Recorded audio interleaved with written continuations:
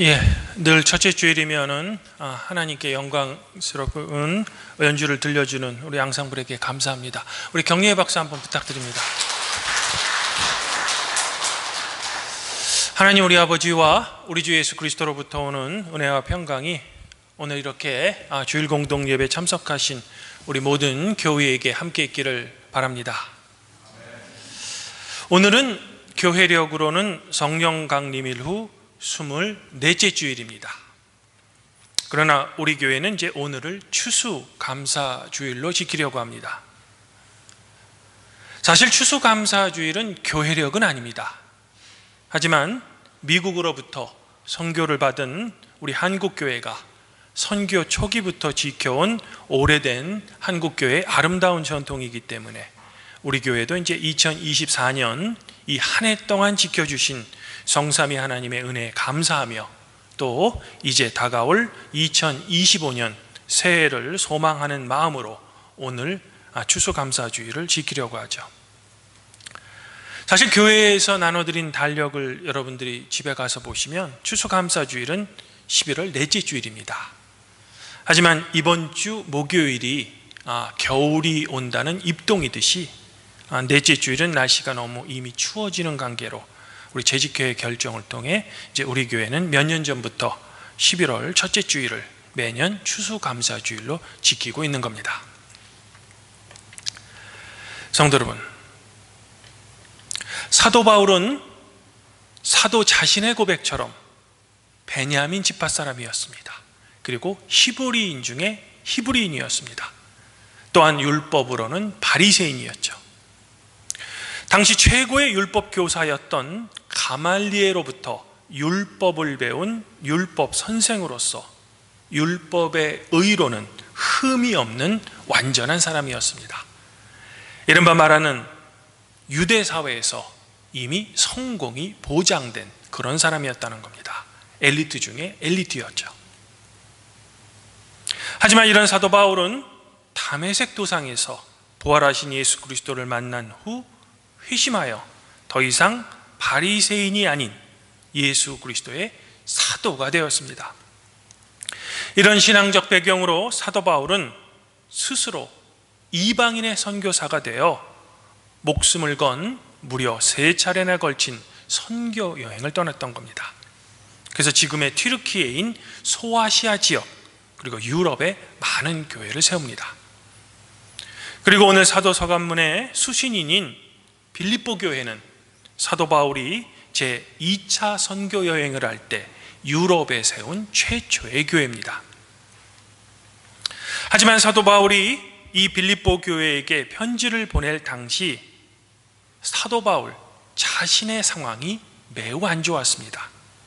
왜냐하면 사도 바울은 선교를 하다가 그만 감옥에 갇혔기 때문이죠. 사도 바울은 이제 재판을 받아야 하는데 이 재판에서 사형을 받을지도 모르는 매우 절박한 처지에 있었습니다. 그런데 사도 바울의 심정을 매우 힘들게 하는 것은 이런 외부적인 상황뿐이 아니었습니다. 바로 교회 내 신자들 가운데 사도 바울이 이렇게 감옥에 갇힌 것을 오히려 좋아하는 일련의 성도가 있었다는 겁니다. 지금도 마찬가지지만 어떤 사회, 어떤 집단의 주도권을 두고 서로 경쟁하거나 질투하는 경우가 있죠. 아마 이 교회도 이런 사람들이 있었던 것 같습니다. 즉 교회 내 일부 사람들은 잘됐다, 사도 바울이 이렇게 감옥에 갇힌 이 시기에 우리가 힘을 써서 이 교회 내에서 사도 바울보다 우리의 입지를 더 굳건히 하자라고 사도 바울을 공격한 사람들이 있었던 겁니다. 즉 어제의 선교의 동지가 오늘의 적이 된 거죠.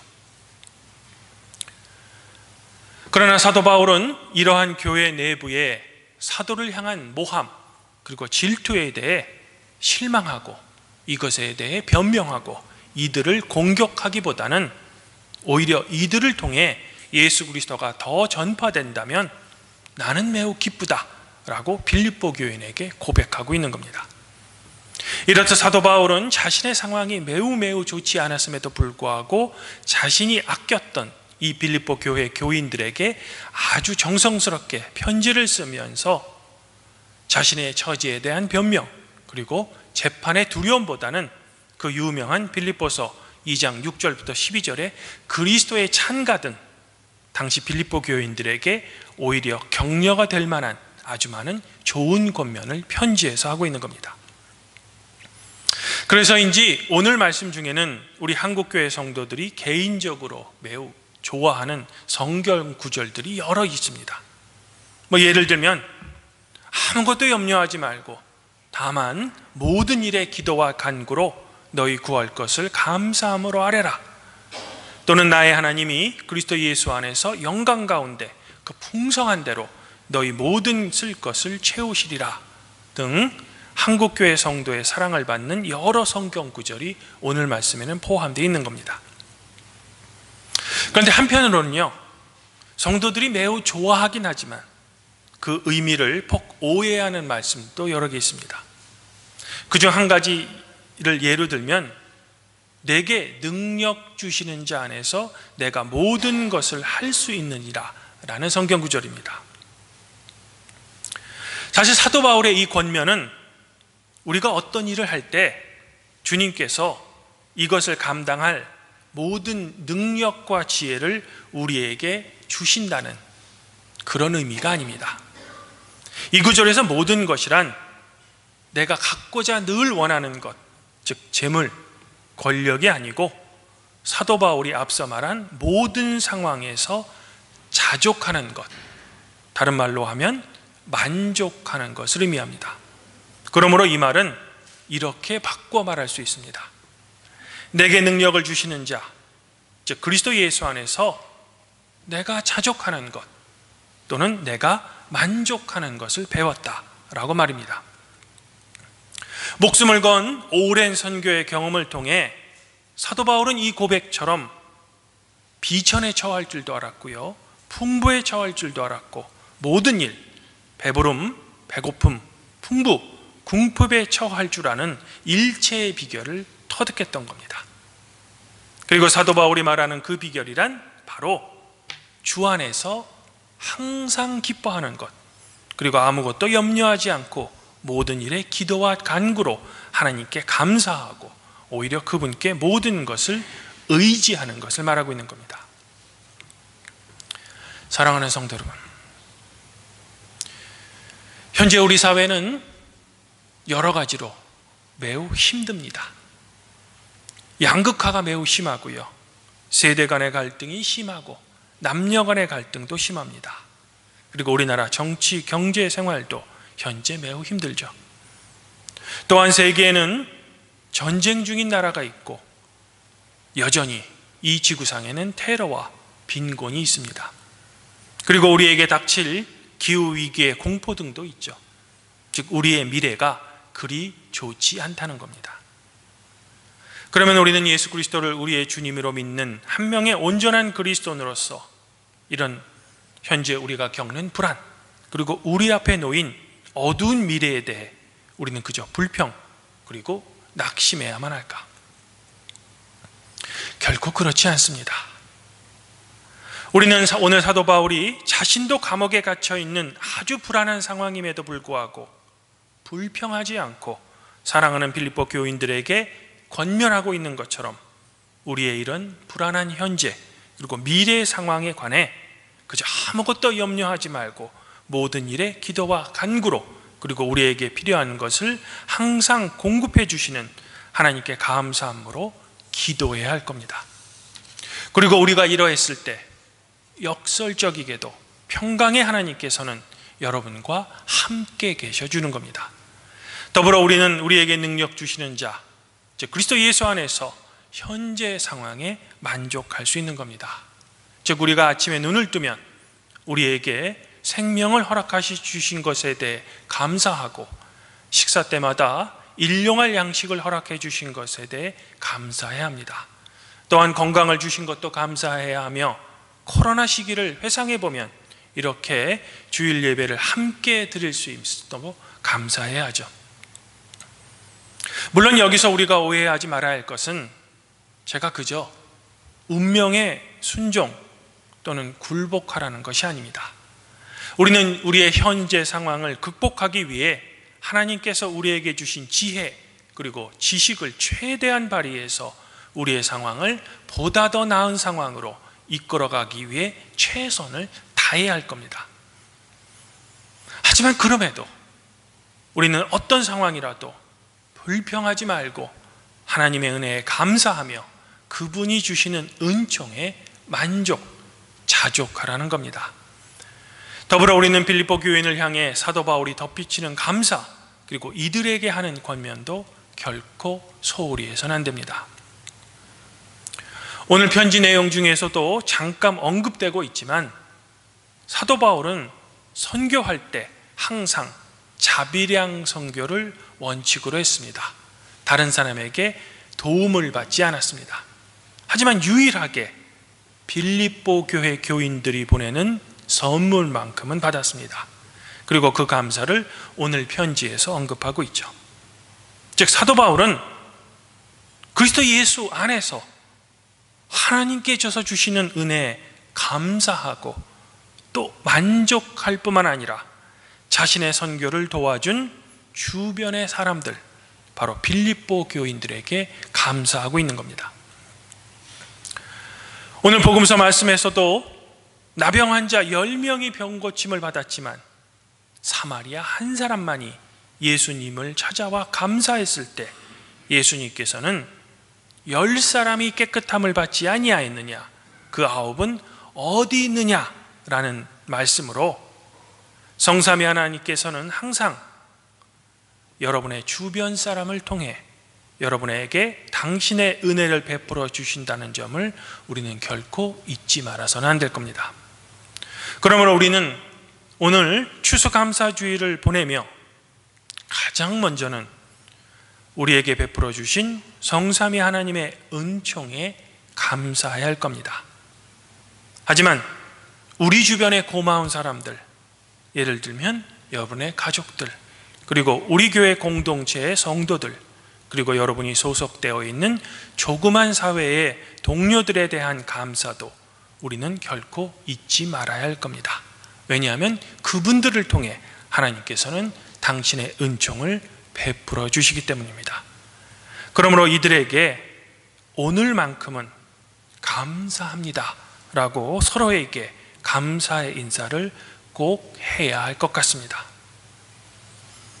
이런 의미에서 저는 이맘쯤, 즉 늘 추수감사주일이 되면 저의 전도사 시절과 저의 목회 초기에 저에게 매우 고마웠던 한 분의 성도가 기억이 납니다. 그분은 바로 2019년도에 하나님의 부름을 먼저 받은 고 한선 집사님이십니다. 한선 집사님은 팔복교회 1호 등록교인이기도 하셨죠. 그리고 어제가 바로 한선 집사님의 기일이었습니다. 그러고 보면 제가 팔복교회 담임을 맡은 이후로 여러 성도님들이 하나님의 부르심을 먼저 받았습니다. 앞서 말씀드린 대로 2019년 11월 2일에는 한선 집사님, 2020년 6월 23일에는 하인자 권사님, 2021년 3월 14일에는 김구연 집사님, 그리고 같은 해 8월 30일에는 김하자 권사님, 그리고 작년에는 2023년 9월 20일에는 박문주 집사님이 하나님의 부름을 우리보다 먼저 받았습니다. 주님 안에서 한 형제자매인 팔복교회 성도 여러분, 우리는 이렇듯 언젠가 때가 되면 육체의 이별을 꼭 해야만 합니다. 그리고 하나님께서 허락하셔서 제가 우리 교회의 많은 분의 장례식을 집전하게 되면 비록 육체는 보지 못할지라도 항상 이렇게 추수감사주일이 되면 이분들의 이름을 한 분 한 분 호명하면서 같이 지냈던 소중한 성도의 교제의 시간을 기억할 겁니다. 그리고 이분들에게 감사를 표할 것 같습니다. 그리고 때가 되면 그 언젠가 미래에 하나님 앞에서 다시 만날 부활의 소망을 간절히 소망하고 싶습니다. 사도 바울이 확신에 찬 목소리로 고백하듯, 또한 저도 고백하듯, 우리가 이렇게 하나님을 기억하고 우리 주변의 사람을 기억하며 우리 공동체의 사랑을 함께 나눌 때 나의 하나님 그리고 여러분의 하나님께서는 그리스도 예수 안에서 그 영광 가운데 풍성한 대로 여러분의 모든 쓸 것을 하나님께서 스스로 채워주실 것입니다. 이것을 이 추수감사주일에 굳게 믿으시기를 바랍니다. 오늘 시인은 시편 67편에서 우리에게 늘 사랑을 공급해 주시는 사랑의 하나님을 이렇게 찬양합니다.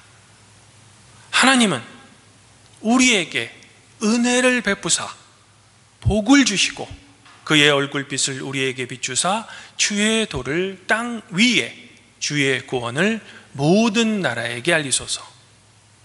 하나님이 여러분에게 복을 주시리니 땅의 모든 끝이 하나님을 경외하리로다.